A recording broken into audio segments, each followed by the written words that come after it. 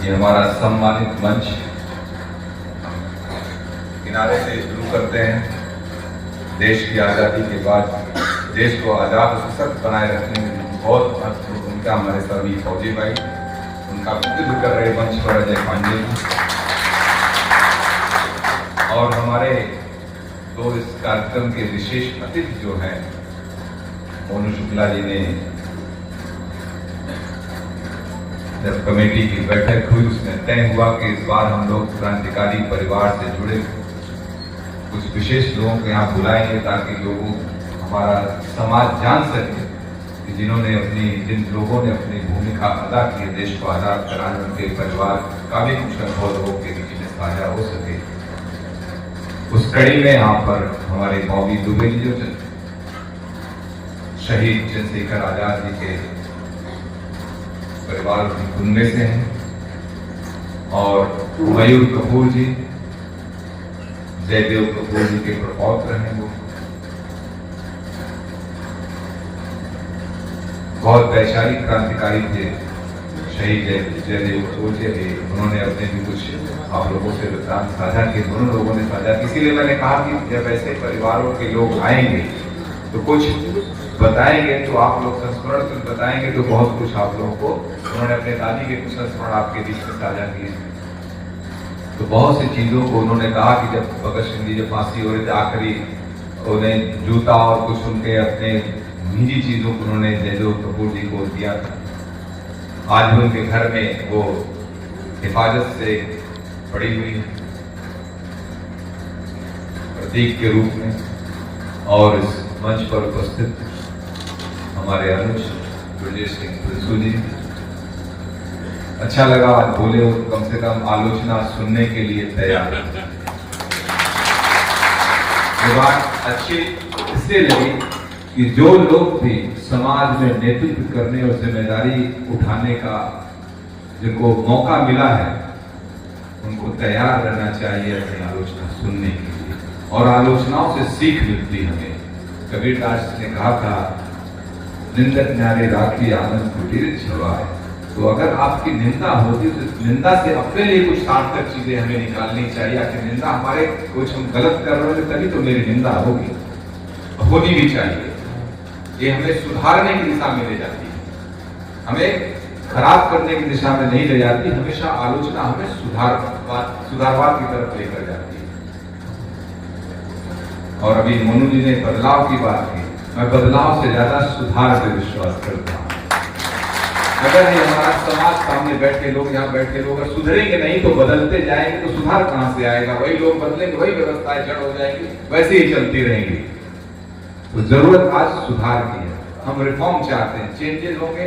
वही लोग अगर इनको हटा के आप लोग देख रहे हैं पिछले कई सरकारों से बदलती जा रही उत्तर प्रदेश की सरकार हम लोगों ने देखा है कौन से बहुत से परिवर्तन हुए। तो सरकारों को बेहतर सुधारवादी दिशा में, ये हमारे आजाद मुल्क की सरकार है, हम सब इस देश के सभ्य नागरिक हैं। हम लोगों की जिम्मेदारी है कि हम एक अच्छी सरकार चलवाएं और नागरिकों की भी जिम्मेदारी है। मोनू जी ने कहा कि चौपाल होनी चाहिए, अभी उस पर मैं आऊंगा। और मंच पर इस राष्ट्रवादी नौजवान सभा के हमारे अध्यक्ष नवीन सिंह जी भी उपस्थित हैं। मोनू जी से बात शुरू करता हूँ क्योंकि उन्होंने सबसे पहले अपनी बात शुरू की। चौपाल की बात की, चौपालों से समाधान हो जाए। अगर चौपालों से ही सिर्फ समाधान हो जाते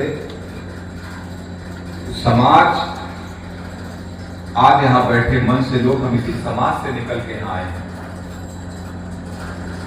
तो सबसे आवश्यक आज इस देश में समाज को स्वतः जिम्मेदार होने की आवश्यकता है, तभी आप मुझसे सवाल भी कर पाएंगे। हम तमाम हमारे मीडिया के साथ यहाँ खड़े हैं, रिकॉर्डिंग भी कर रहे हैं, ऑनलाइन भी चला रहे हैं, लाइव भी चला रहे हैं। मुझे कहने में कोई गुरेज नहीं है। आज जिस समाज से लोग निकल के आते हैं, पैसा देके कहते हैं कि मेरा काम हो जाए, ये आपका अधिकार, उसके लिए आप पैसा देने की क्या आवश्यकता है? बताइए।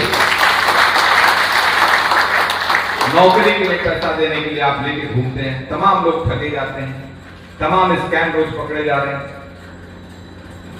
जो व्यवस्था आपके लिए बनी उस व्यवस्था को आप क्यों खराब कर रहे हैं? आप खड़े रहिए और लड़िए उसके लिए।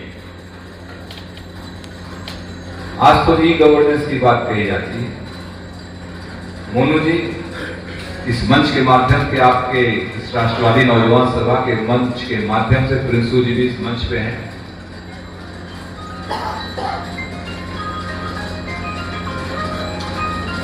गवर्नेंस अच्छा होना चाहिए और संयोग से उत्तर प्रदेश के मुख्यमंत्री योगी आदित्यनाथ जी 5 बार लोकसभा के सदस्य रहे और उन्होंने बड़े तीखे सवाल सरकारों से किए और सरकारों की लोकसभा संसद की खूब आलोचना भी की।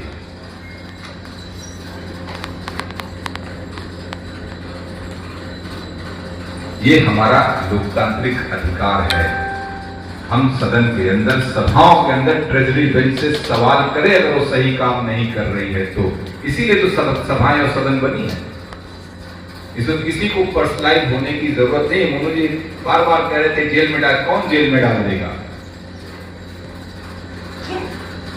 सरकारें जनता की हैं, सरकारें देश के प्रत्येक नागरिक की हैं। किसी व्यक्ति, किसी पार्टी विशेष की सरकार नहीं है तो पार्टी विशेष के झंडे के नीचे चल रही होती।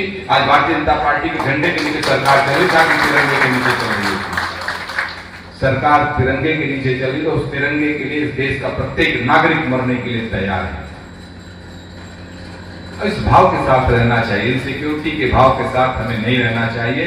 हम आज किसको, जो सत्ता में बैठे लोग, वो भी तो हमारे ही परिवार के लोग हैं। कल जो बैठे वो भी हमारे इसी देश के नागरिक होंगे, हमारे ही परिवार के बीच के लोग होंगे। उनके अंदर एक बेहतर सुचिता लाने का प्रयास समाज, आप आईना बनिए।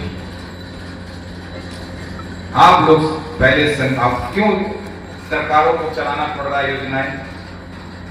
डायरेक्ट क्यों लाना पड़ा बताइए। मैं मोनू जी को भी